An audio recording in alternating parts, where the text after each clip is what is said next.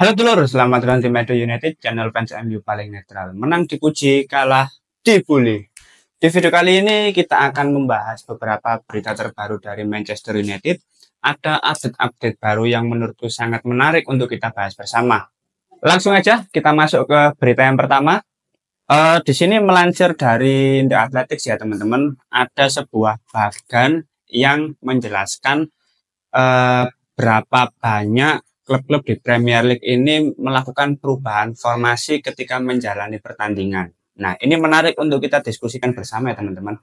Karena kalau kita melihat klub yang paling banyak melakukan penyesuaian atau perubahan formasi itu di peringkat pertama ada Nottingham Forest. Sedangkan di peringkat terbawah ya, nggak peringkat terbawah sih.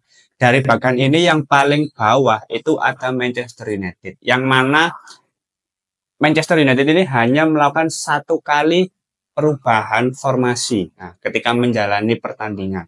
Sebenarnya ini menarik ya teman-teman karena Nottingham Forest menurutku menjadi klub yang paling adaptif. Yang paling sering melakukan penyesuaian ketika menjalani pertandingan. Nah, itu pun terjadi karena beberapa klub di Premier League ini memang sangat sulit untuk diprediksi. Maka dari itu, Forest selalu melakukan adaptasi tergantung lawan yang akan dihadapi. Dan itu terbukti secara klasemen Nottingham Forest ini berada di peringkat ketiga kalau nggak salah ya, peringkat ketiga atau keempat. Salah satu klub yang secara performa menurutku sangat bagus di musim ini jika dibandingkan dengan musim sebelumnya. Berbanding jauh dengan Manchester United yang hanya satu kali melakukan perubahan formasi. Tapi sebetulnya teman-teman, kalau kita melihat terkait bagan ini, memang tidak bisa dikatakan klub yang paling adaptif itu pasti akan bisa bersaing di Premier League, pasti akan bisa finish di papan atas. Tidak seluruhnya seperti itu. Memang Nottingham Forest untuk musim ini terbilang sangat bagus ya secara performa. Mulai dari skema yang ingin diterapkan oleh sang pelatih Nuno ya. Lalu komposisi para pemain yang memang sangat pas dan lagi bagus-bagusnya. Tetapi kalau kita melihat di urutan kedua dan ketiga dari bagan ini ada West Ham United dan Southampton. Yang mana dia juga sering melakukan adaptasi dari sisi formasi. Tapi hal itu juga tidak bekerja dengan baik. Bahkan West Ham dan Southampton itu berada di papan bawah. Southampton bahkan di peringkat 20. Sedangkan West Ham berada di peringkat 15. Hal itu menunjukkan bahwa adaptasi formasi itu tidak sepenuhnya berhasil di Premier League. Bahkan klub-klub besar seperti Manchester City, Arsenal itu hanya beberapa kali melakukan penyesuaian.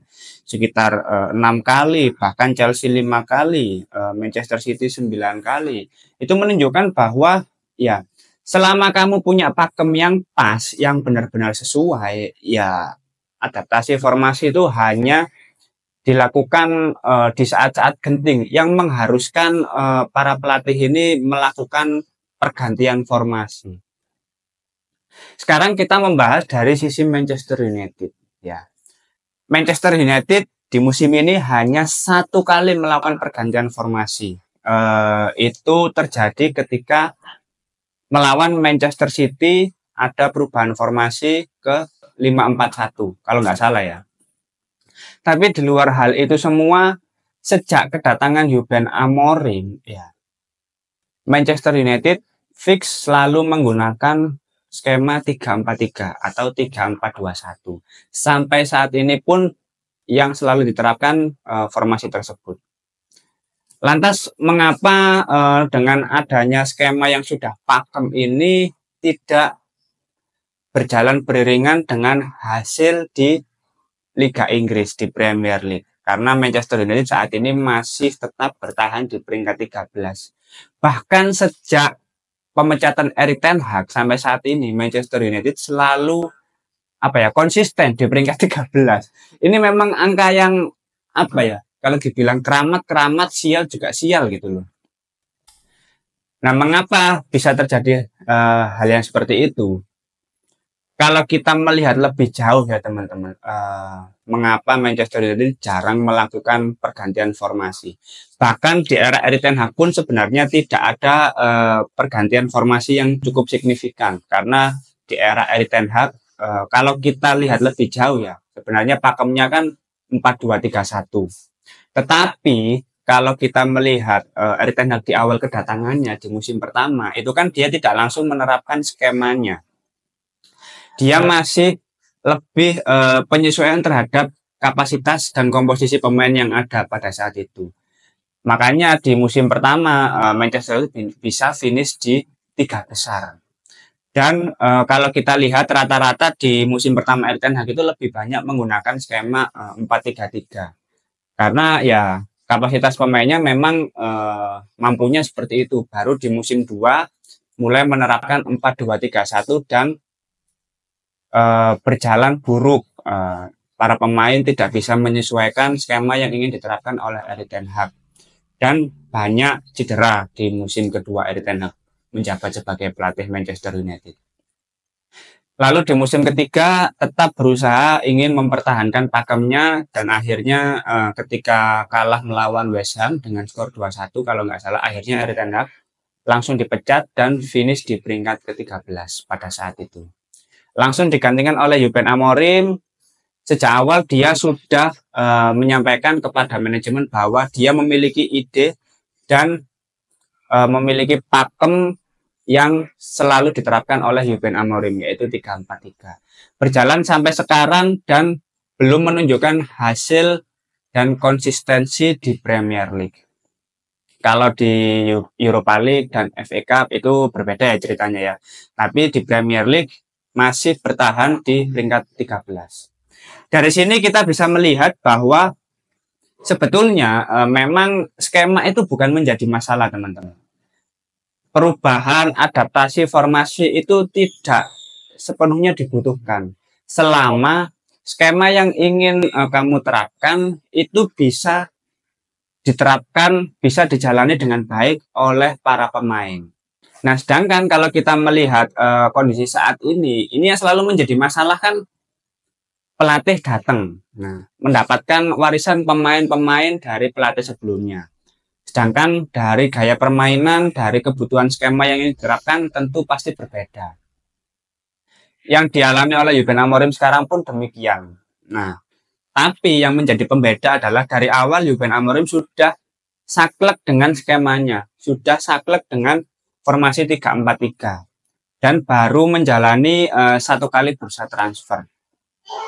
Maka dari itu memang tidak bisa disalahkan kalau secara hasil itu belum menunjukkan progres yang signifikan. Meskipun apa ya, sampai saat ini Manchester United selalu berusaha masih survive, masih struggling di papan bawah, tapi ya memang kondisinya seperti ini. Ruben Amorim baru mendapatkan 1 pemain di bursa transfer Januari kemarin, Patrick Dorgu. Itu pun sudah banyak yang mengkritik. Bagaimana bisa kamu mendatangkan pemain yang selalu bermain di pos wingback kiri, tapi di laga debutnya langsung ditaruh sebagai wingback kanan. Padahal kalau kita lihat lebih jauh statistik dan permainan dari Patrick Dorgu ini awalnya dia berada di pos winger kanan. Tetapi karena kebutuhan klub Lecce pada waktu itu dia bisa ditempatkan sebagai wingback kiri, winger kiri, back kiri. Akhirnya dia juga bisa adaptasi, dia bisa menyesuaikan. Tetapi ya kembali lagi ya, pemain-pemain versatile seperti ini ya selalu bisa diletakkan di posisi manapun sesuai kebutuhan pelatih. Dan menjalani laga debutnya kemarin ketika ditempatkan sebagai wingback kanan, ya tidak bisa disalahkan juga keputusan dari Ruben Amorim. Toh ini baru laga debutnya, dan di laga debut dari Patrick Dorgu juga sudah memberikan kontribusi yang bagus menurutku. Untuk pemain dari Serie A yang langsung berusaha beradaptasi dan menjalani laga debutnya di Premier League. Dari sini bisa kita lihat bahwa berdasarkan bagan tadi, Manchester United hanya 1 kali melakukan pergantian formasi itu menunjukkan bahwa Ruben Amorim selalu kekeh dengan idenya, selalu kekeh dengan formasi 3-4-3. Meskipun sekarang masih belum menunjukkan progres yang signifikan, belum terlihat ya hasilnya. Dan menurutku sampai akhir musim kita harus lebih bersabar. Tapi kita harus tetap percaya dengan ide yang ingin diusung dan diterapkan oleh Ruben Amorim. Karena ini bukan proyek jangka pendek. Manajemen tentu sudah ada kesepakatan tersendiri dan juga punya plan jangka panjang bersama dengan Ruben Amorim. Jadi kita harus tetap bersabar dulu.